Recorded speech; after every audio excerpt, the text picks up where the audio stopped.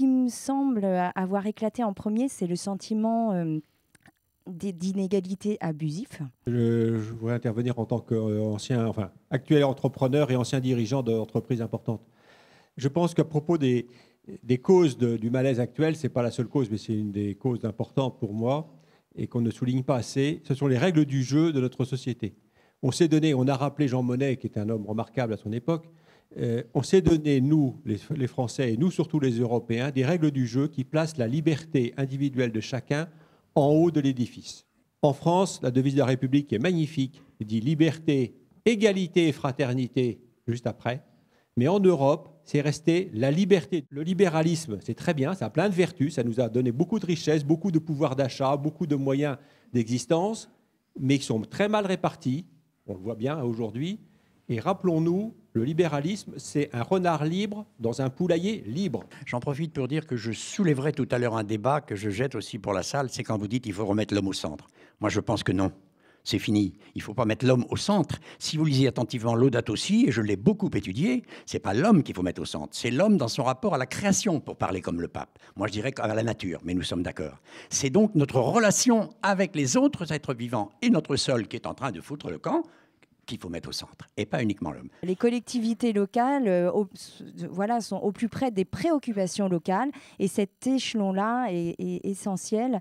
J'avais aussi dit penser que, évidemment, ça commence par l'école et par les lieux d'apprentissage. Le milieu associatif également, peut-être que les entreprises pourraient l'être aussi, ces lieux qui permettent la participation de tous. Un conseil municipal des jeunes. Et ça, c'était vraiment, je crois, pour ces jeunes-là, une vraie plus-value. Et j'ai, moi, la chance, effectivement, d'avoir pu accueillir ces jeunes en formation. Et j'en ai encore en formation dans l'établissement. Et c'est vrai que ce sont des vraies valeurs qu'ils ont eues très tôt. Et aujourd'hui, on sent ces jeunes qui sont dans un engagement d'une autre nature. Ensuite, il faut redonner l'envie de porter des projets de toute nature. Des projets de toute nature, de redonner l'envie. Donc, si je devais garder un seul terme, ce serait celui-ci. C'est-à-dire lever les freins à l'usage. Alors ça passe, dans mon domaine, et pour ce que je représente ce soir, entre autres, ça passe par inciter à la création d'entreprises, inciter à créer toujours plus des richesses, de l'économie, des emplois. Moi, je pense tout de suite qu'il y a un bien commun qui nous appartient tous, c'est la terre sur laquelle nous vivons, et c'est la nature. Et je pense que ça pourrait être c'est un sujet qui peut fédérer des gens ensemble. Parce qu'ils sont tous... aujourd'hui, on se pose beaucoup de questions. C'est normal, on s'inquiète de l'avenir, de la planète, etc. Donc, quand on cherche des sujets à débattre tous ensemble, je me dis, ça, c'est un sujet très important où les gens se retrouveraient et on pourrait organiser, je pense, des temps d'échange autour de ça. Ça permet de sortir un peu de son petit souci personnel et puis de s'élever un petit peu à une autre vision et d'échanger là-dessus.